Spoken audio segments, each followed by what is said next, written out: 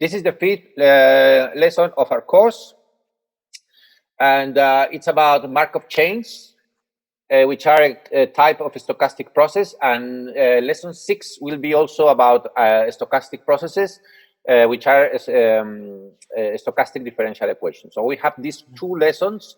Stochastic processes are the main tool to work with systems that are random, like the ones that we have seen in statistical physics, and but they evolve in time.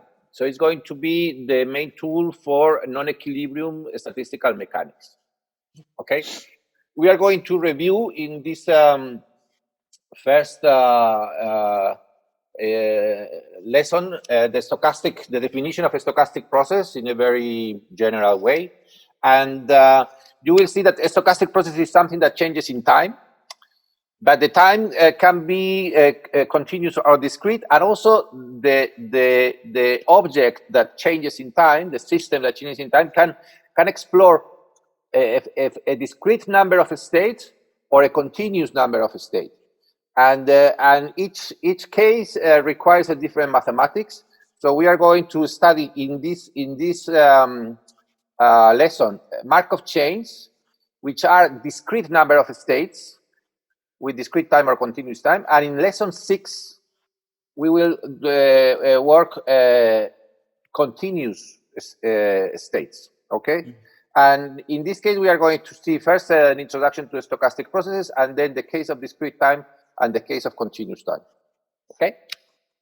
So let's start with the definition of a stochastic process. As I said, a stochastic process is the mathematical tool to model any dynamical situation, something that changes in time, but that has some randomness, like the number of people affected with the virus as well. This is there are a lot. This is also modeled using stochastic processes and using processes very similar to what we are going to see today. So, what is a stochastic process? The mathematical definition is this one: is just a random variable that depends on time. So instead, a random variable, you know that it is just something that takes on different values. So you repeat an experiment, and you can have like throwing a dice. So you can have 1, 2, 3, 4, 5, 6 results, and each experiment gives you a different result. Here we have a variable that depends on time. Okay. So what happens is that if this is time, no, this is in the horizontal axis. We have time here, and I plot x of t. So I can get a trajectory in each time. This is a random variable for each time t, so I get this trajectory. So this is x of t, and the equivalent to throwing the dice many times. So sometimes I get 5, 6, 5 again, and so on. Is that here every time I repeat the experiment, I get a different trajectory. So I have different trajectories, which are things like that. So my stochastic process can take on all this aspect, or this trajectory can be a trajectory of the stochastic process. These trajectories are called realizations. Okay. Realizations of the stochastic process. How we are going to describe mathematically this stochastic process? Well, this is a random variable, no, the x of t. So we can ask ourselves about the probability distribution of this variable, and this is going to be rho x of t. This is the probability or this distribution or density. If you remember that we have to distinguish whether sorry, let me stop here. So remember that to describe the probability of a random variable, we have to distinguish whether the variable is continuous or discrete. If it is discrete, we have a probability distribution, the probability that x takes the value, big X takes the value small x. But if it is continuous, we have to define a density. So this will be a density or a distribution. In general, we call it probability distribution of x of t. So how we get this one? or what is the physical meaning of this one? This is just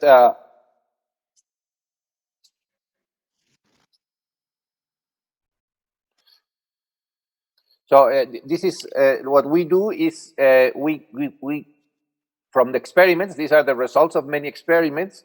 So what we do is to fix a time, t, and then look at the values of the process in this time. So this will be, I will have, each trajectory will cross time t in a different point. I do a histogram of all these points. This will be the histogram. And then this histogram is the rho, the rho of x of t. So this is the idea. And of course, I can do this. So this is the histogram, okay. I can do this also, instead of with one time, I can do it with 2 times, for instance, or with 3 times, or any time. So with 2 times, for instance, I will take T1, T2. I check the value of x in T2, the value of x in T1, and I can draw the histogram of these 2 random variables. Now I have 2 random variables. And these 2 random variables, which are nothing but x at T1 and x at T2, they can be independent, so statistically independent, or they can be dependent, or whatever. So this is why I need the joint distribution. If they were independent, then this distribution factorizes, but they can be dependent. Okay. I can do this with several times and so on. So the first one is usually called 2-time statistics. And if I have 3-time statistics, 4-time statistics, and so on and so on. Okay. You can interrupt me whenever you like. If you do. So we are going to study 2 important classes of stochastic processes. So this is the general description. This will give you all the information of the stochastic process. But most of the time, we will just look at the 1-time statistics. In one exercise, you have to look for the 2-time statistics in exercise number 3. But in many examples, we only look at 1-time statistics, which is just for example. Okay, but there are 2 important properties that we can, not properties, 2 important classes of stochastic processes. The first one is what we call stationary processes. A process is stationary if it doesn't changes in time. So what does this mean? That the statistical properties of the process are invariant and the time shift. So if I take all these times and I shift them by an amount, tau, I get the same result.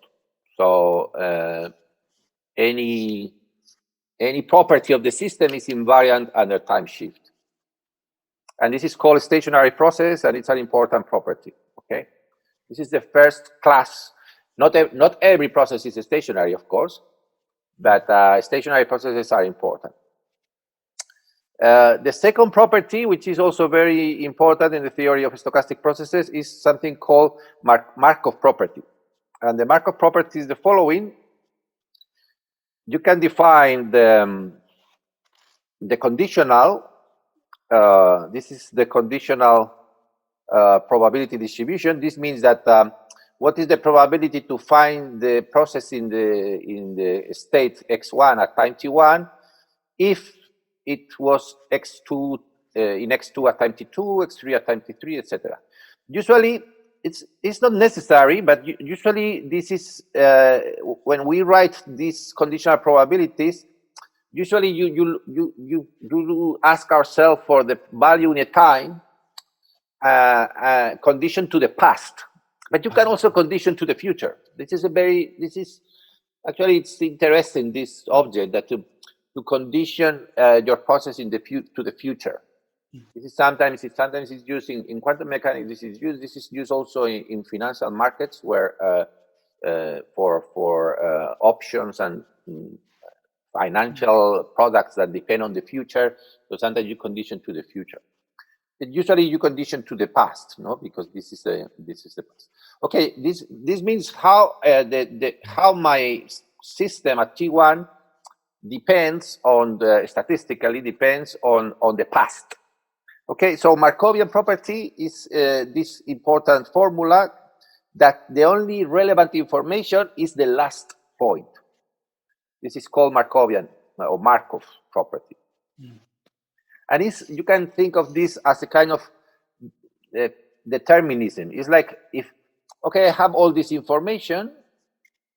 Let's write it here in the diagram. So here in this formula, I have in this conditional probability, I have the information of the behavior of my system in the past. But this information, the only relevant one is the last one. This is the idea. So this is not useful information. And the only one it's to predict the future. The only one is the present. It's like a determinism, although it's not deterministic because, of course, we are looking at random behavior. But it's a determinism in the statistical way that the properties, the probabilistic properties of the future only depend on my present, not on the past. And this is the Markov property, which is, and this has also another important consequence. The Markov property is that you see that here we have the statistics of many times, no, with the conditional, but this is related with the joint probability. Since this is reduced to just 2 points, this means that in a Markov process, the 2-time statistics determines the whole process. And this is very useful because here you have an infinite number. Here you have an infinite number of probabilities of this type, and because of the Markov property, you can reduce every of these probabilities can be expressed in terms of 2-time, and this is also nice. Okay, so this is the first point, stochastic processes. Now let's look at the second point, which is, okay, as I said before, x can be here implicitly in the plot. I'm assuming that x is continuous and time is continuous. The mathematics of stochastic processes depends a lot on whether x is continuous or discrete, and on whether t is continuous or discrete. So in this lesson, we are going to restrict ourselves to x discrete, and in lesson 6, we are going to study x continuous and time continuous. But now we are going to study x discrete, and first x discrete and t discrete. And this is called Markov chains. Markov chains with discrete time, or Markov chains with continuous time. So we will start with Markov chains with discrete time. This is a very common stochastic process. It's, for instance, if I go to it's in gambling theory, it's all the time. If I go to the casino and I have 100 euros and I start to bet in pieces of €1, my capital will increase or decrease by discrete time, because time will be the number of turns I'm betting, and my money, if I always bet €1 or in multiples of €1, it will also be between, if it is 100, it will be 101 or 99 or so. So it is we will have both discrete number of states, which is chain. This is the word chain refers to a discrete number of states. So, and we will assume that they are Markovian. This is why they are called Markov chains. And this is the idea. The states are discrete. Usually we will call it 1, 2, 3, depending on the application. Sometimes these are, for instance, X could be the levels of a quantum system, or the number of particles in a gas, or in physical applications, this could be many things. Usually we will call 1, 2, 3, but you can label these guys with another quantity. And the time, you see, is going to be discrete. It's going to be multiples of a certain delta t. We will assume that they are Markovian. Stationary, this is, which I should explain this a little bit, that we will study Markov processes in something called the stationary regime, but we will see this in a moment. Okay, how we represent these Markov chains? Usually we represented the states, if they are finite, they can be infinite as well. But if they are finite, usually we represent, this is why we call it chain, because we represent it as states connected by some lines. This means that I can imagine the behavior of my stochastic process as a kind of as a particle jumping between these states. So I will have different jumps. A trajectory will be something like that. So here I have 5 states, and in each time, so here the particle starts in a state 1, then jumps at the state 2, back to 1, 4, 3, etc., etc. And these lines means that I can jump from 1 to 3. I cannot jump, for instance, from 1 to 5, or I cannot jump from 4 to 2. So this means the moves that are allowed for the particle. Okay, this is a realization of the process. Of course, we have different realizations. The initial condition can be deterministic, like 1 all the time, but can be also random. So I could start with a initial random probability distribution and so on. And I would have different realizations here. Okay. You see the whole blackboard with these cameras, or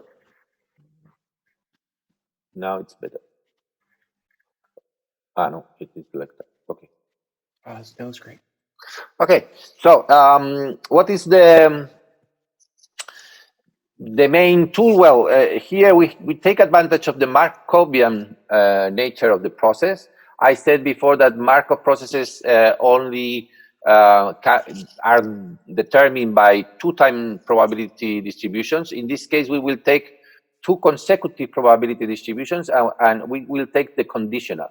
So this object is the probability to be in state J if I were in the previous jump. No, delta t is just one of these intervals. If I were at site I in the previous step. Okay, so this is, for instance, in the casino, this would be the probability. If I bet €1, this will J will be I plus 1 with some probability, or I minus 1 with some probability, and so on. Okay, this is the probability to jump from I to J. This has the name. We usually represent this with this notation. You will be surprised that J. Sorry, this is wrong.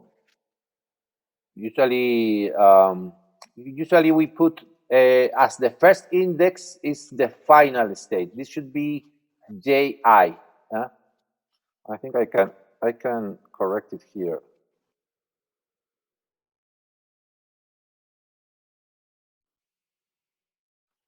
So this is Ji.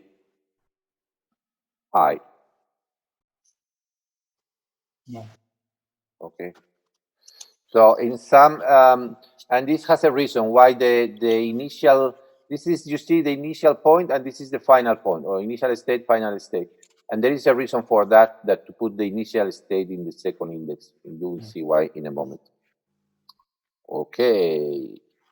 These are called jump probabilities, transition probabilities. So there is a number of different, and it's the basic object that the whole Markov chain depends on this object. So these transition probabilities define the whole thing. So we will have here, for instance, transition probabilities to go from 1 to 2, from 2 to 1, from 1 to 1. This because there is maybe some here I didn't plot any, but it could be that there is no jump in one step. So the PII could be different from 0 as well. Okay, so from these transition probabilities, one can derive the main equation for Markov chain, which is the evolution equation. So I have the probability. This will be the probability to find the system in state I at time t, and this obeys some evolution equation, which is this one. This is the probability. This is the probability distribution at time tk, and this is the probability distribution at the next time. And how we derive this equation? Well, this equation is nothing but the conservation of probability. Pj, Pi condition to J, this is the joint probability distribution. And if I sum over J, I get Pi. Or this is, you can also interpret this equation as, what is the probability to be at state I? for instance, at the state 1 here. So it's the probability to be at the state 2 and jump to 1, to be at the state 3 and jump to 1, to be at the state 4 and jump to 1, and so on. So I sum over all the states, the possible origin of those particles. So this is all possible origins and all jumps from J to I. So this is the probability. This is the evolution probability. And this has the form. If I write this with this index, you see this has the form of the multiplication of a matrix times a vector. This is why we put the origin here, in the J in the second index, to have this as a matrix times a vector. So we can call this a vector. I will be the index of that vector, and here J will be the index of the same vector, and then we get this evolution equation. So we have the probability distribution will be a vector at time tk, and here at time tk plus 1, and here at time tk, and this is the evolution equation, which is is an equation of that you can iterate. No, given initial condition, I can iterate this equation, and in fact, this is the solution. No, if I iterate my equation, I get the matrix to the power k times the initial condition. Okay, and this will give you the evolution of the Markov chain in time. One of the most important properties, I said at the beginning that I put this as a stationary, and you see that this is not really stationary because this is evolving in time, so it is not stationary. But it turns out that in most cases, most cases of interest, Markov chains defined by these probability transition probabilities, they reach, this is a mathematical result, they reach a stationary state, which means that in infinite time, if we evolve the system, this evolution reaches a stationary regime where the process is stationary. So we have to qualify this the process is not always stationary, but it reaches a stationary state eventually. And this stationary state, of course, is invariant under evolution now. So if I go to this equation, for instance, the stationary state should be such that it doesn't evolve. So it should be such that it is invariant under the action of this matrix. Oops.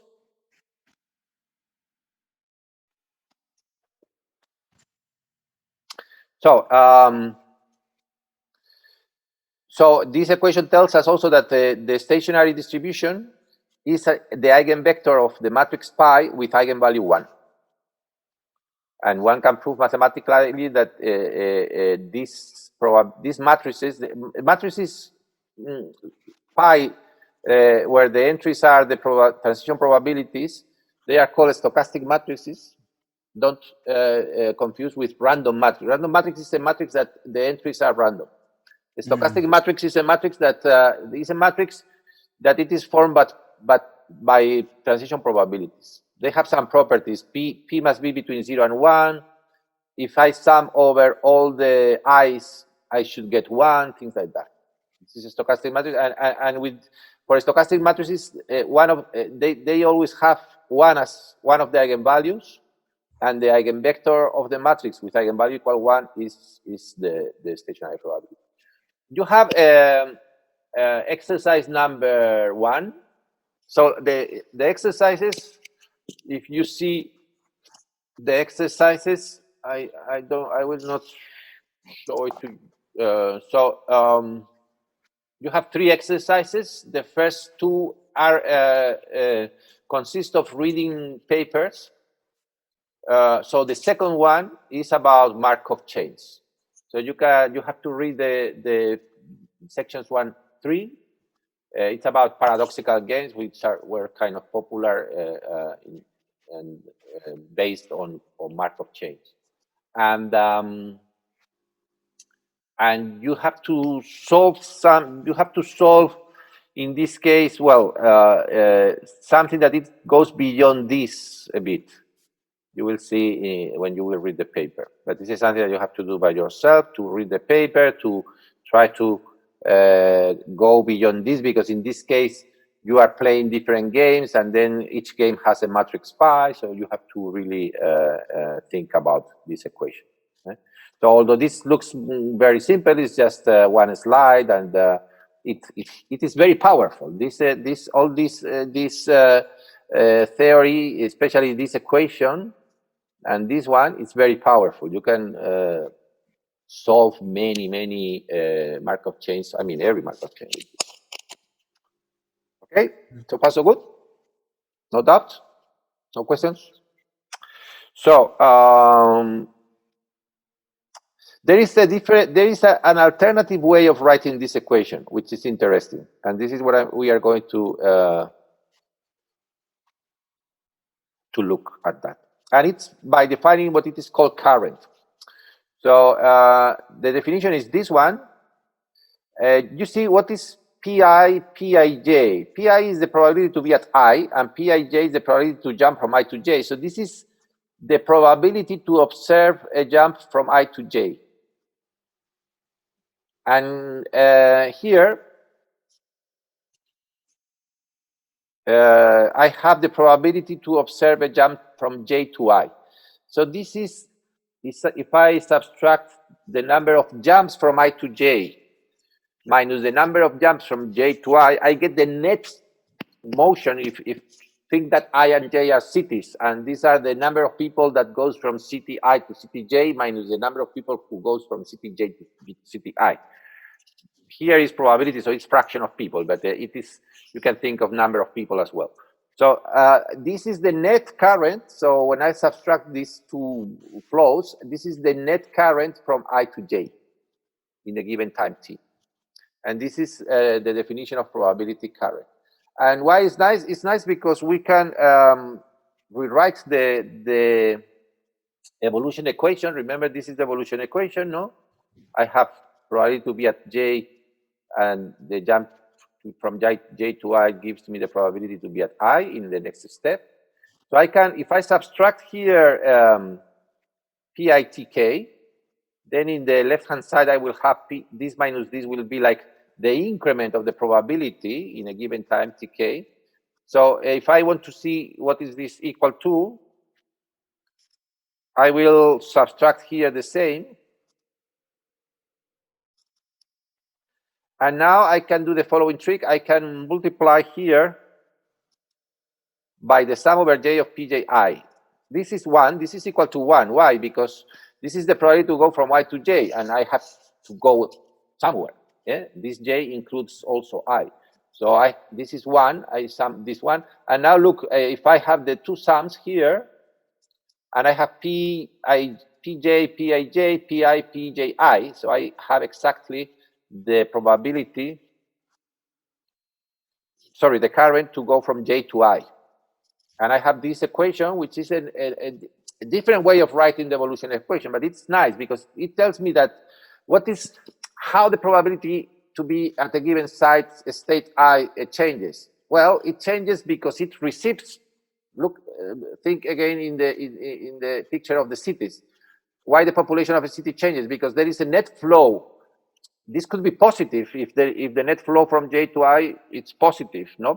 But it could be negative if people is living from city I to city j. So, but the net increase of probability is the sum over all possible neighbors or all possible other states of the flow from j to I. Okay. So this is a nice way of writing the equation. Why? Because in the stationary regime, sorry, this is just to mention that JII is 0 by definition because this is asymmetric. You see, this is completely asymmetric when I switch I to J. So I could define JII, but II and II here will cancel. So it is antisymmetric. So okay, so this is a nice way of writing the equation. Why? Because I can, in the stationary regime, I put it again here. In the stationary regime,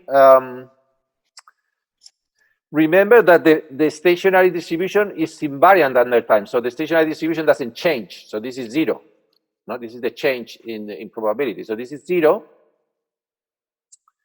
for all I.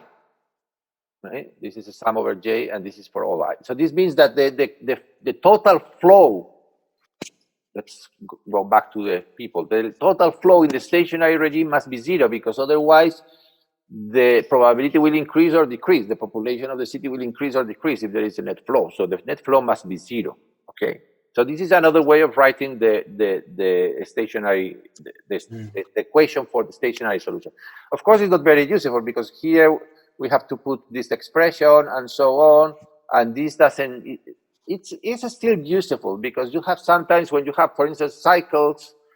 This equation tells you that the current that comes in one side must leave in another side and things like that. But when this form is really useful, it's for a particular case. Some Markov chains are such that in the stationary regime, not only the net flow sum over J, it's cancels, vanishes, but every pair, the flow between every pair cancels as well. Okay? This is not necessarily the case. If you have a triangle, for instance, you could have a current, suppose the cities, again, you have here city A, B, C. So the people, you could have a stationary solution where people flows from A to B, from B to C, from C to A. And the incoming flow cancels the outgoing flow and so on, but there are a constant flow. This is possible. But there is a particular case when the current between every pair of states vanishes. And this is very important, because in physics, this is what happens in physics, in physical systems at equilibrium. This is called the detailed balance condition. And if we go to the definition of the current, you see that this means that in the stationary regime, in the particular case of detailed balance, the probabilities and the jumps, the transition probabilities must obey this equation. This is very important because it characterizes equilibrium in physics. Okay? But it's a mathematical property. Let's write it here again.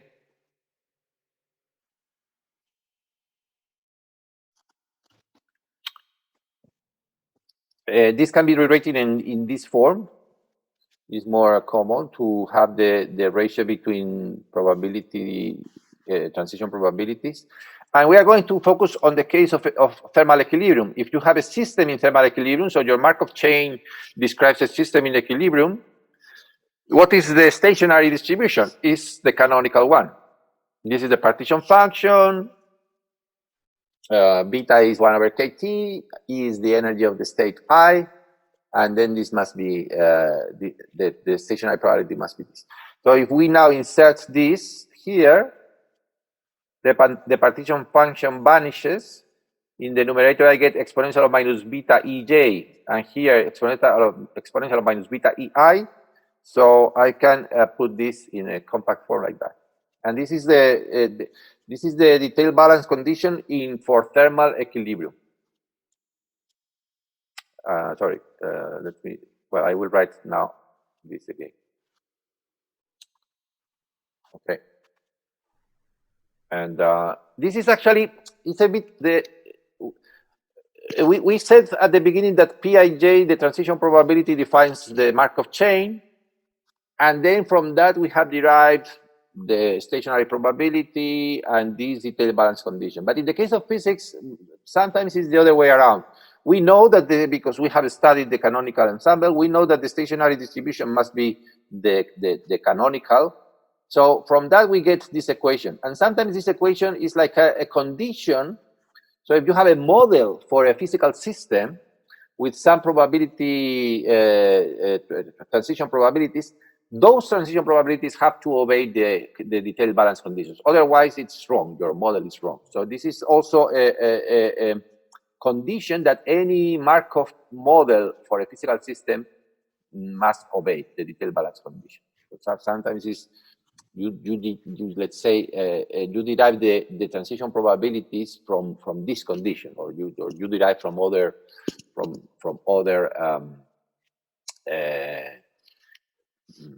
theories, but you have to you have to be sure that your transition probabilities obey this one.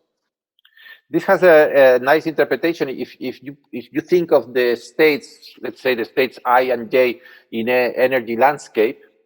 So you can, to fix ideas, we can have J has more energy than I, and we can call this delta E, no?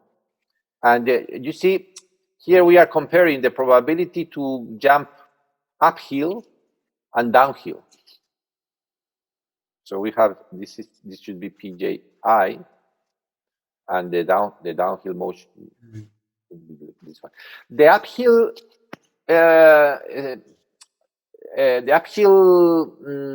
jump means that the system is gaining energy. Where this energy comes from? It comes from the thermal bath. So whenever I jump up, I'm extracting energy from the thermal bath. And when this is actually heat, and whenever I go down, I'm releasing energy to the thermal bath. So this is exchange of energy. These jumps are exchange of energy between the system and the bath. And they occur with these probabilities. And this is normal because you see, this is exponential of minus CKT. And this means that if this jump requires much more energy than KT, this is going to be zero. No? So if the uphill jump requires much more energy than KT, so the bath can provide you by fluctuations energies of order KT. But if you need more than KT, this is going to be zero.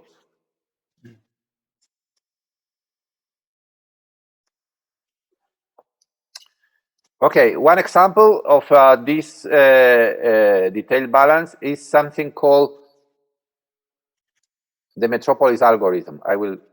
Is this one. Suppose that you have a system, and this is an artificial Markov chain. You create an artificial Markov chain, which is that whenever I am in a state I, and then I choose a neighbor or a state J, and if the energy of the new state is smaller, I go with the probability lambda. Usually, this probability lambda is 1 or close to 1, and if it is not, I multiply this lambda by exponential of minus beta delta E. So whenever I have, usually this is implemented in this way. I have a state. I look for possible new states J, and if this energy is smaller, then I implement the jump, and if the energy is bigger, I implement the jump with a probability exponential of minus beta delta E. This is for artificial evolution in a computer. This is usually used for the computer. This is called the Metropolis algorithm, and it's one of the most common algorithms to implement a system in equilibrium. You have many. I mean, this is also a particular case of Monte Carlo method. Okay. So this is enough for discrete time. Let's go now to the continuous time, and this is the last part of the talk. In the continuous time, well, we have remember we have jumps of size delta t. Now we want the time to be. There is some noise. No. Now we want the time to be continuous, so we make this delta t going to 0. So if we want to do this, of course, we could just do it by brute force, no? Say, delta t goes to 0. But what happens that, you see, I have the probability to jump, for instance, jump from 1 to 2. If delta t goes to infinity, the number in 1 second or in a finite interval of time, I will have infinite number of attempts to jump. So the only way to not have an infinite number of jumps, to have in 1 second a finite number of jumps, means that the probability to jump must be very small, must go to 0.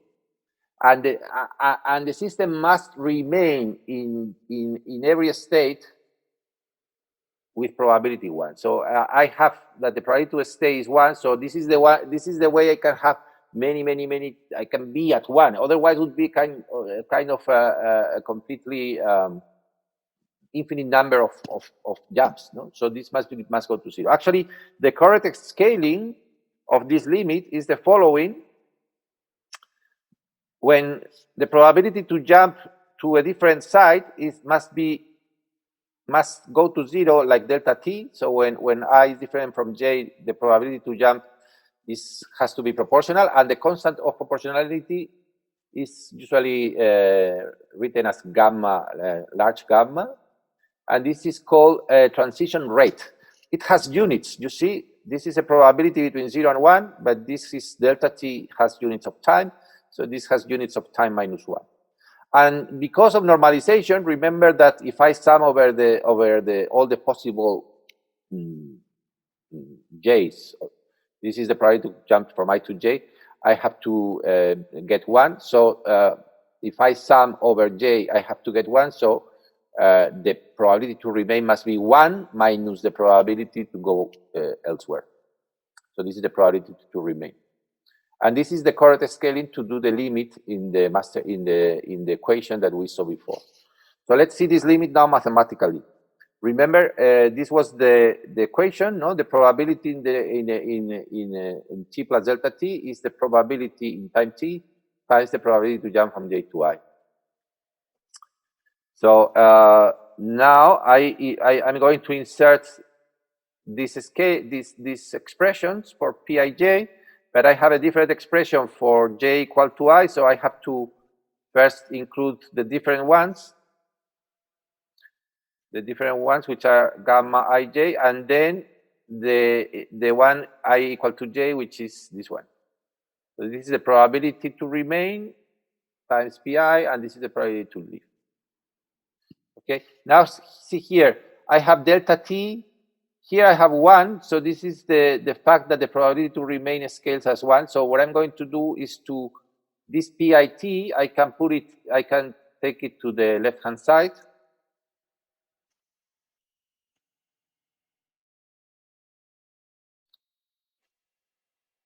And what remains is the two terms which are of order delta t. So I can put the two terms in a single one, in a single sum, and put it like that.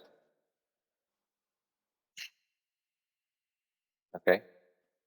And now I have this variation. If I take the limit, well, I can now take delta t here, put it in the left-hand side, dividing this, and then I get the derivative. You see, pi t plus delta t minus pi t divided by delta t.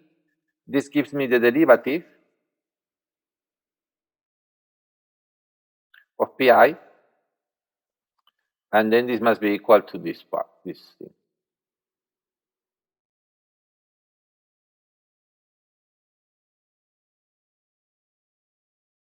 I can erase this part. And this is the equation that tells us how the evolution, how is it, the system evolves, no, how the probability distribution evolves. And it has again, it's like this is like a current. This is the incoming flow. So this is Pj. This is again a current. This is Pj gamma Ji. So this is the probability to be at J times the probability to jump from J to I. But this gamma has units of time minus 1. So this is the flow. This is how many in this picture of the people in the city, how many people move from J to I per unit of time. So now it has time. Now time is continuous. Now, before it was in a step. Now it's per unit of time. And here is the probability flow. The probability flow from J to I per unit of time. If I sum over J, I have the net incoming flow, the incoming flow. And this is the probability to be at I and to flow from I to J. This is the outgoing flow from site I. So the probability at site I changes. It has a positive contribution due to the incoming flow and a negative contribution due to the outgoing flow. And this is again the incoming minus the outgoing is again the net flow, which is the current. This is called current.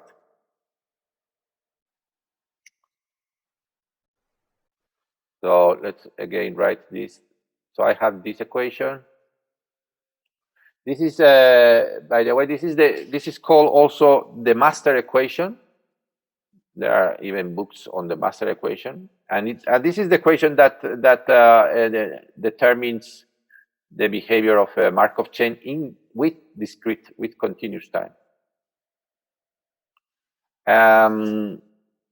To finish this, let us write this again in terms of the current, and we can do exactly what we have done before with discrete time, to define detailed balance, stationary solutions, and so on. In the stationary solution, for instance, this is 0 because the stationary state, the probability doesn't depend on time. So if we define the current, well, the current is defined like that, sorry. In the stationary regime, this must be 0. And again, this means that the net flow to site I must be 0 from all over the neighbors. But there is this special case, which is detailed balance, when the flow cancels in between every pair of states. So we have this. And in the case, this means, if we go to the definition of current, this means this one. And for the case of thermal detailed balance, it's that the rates must be like that. And exactly, we have the same interpretation as before, that if you have two states, now everything is per unit of time, but it's the same. The rate of jump from I to J divided by the rate from J to I must obey this equation. This means that, and we can interpret also the energy that the system gains when jumps uphill is the heat taken from the bath, and when it goes down is heat released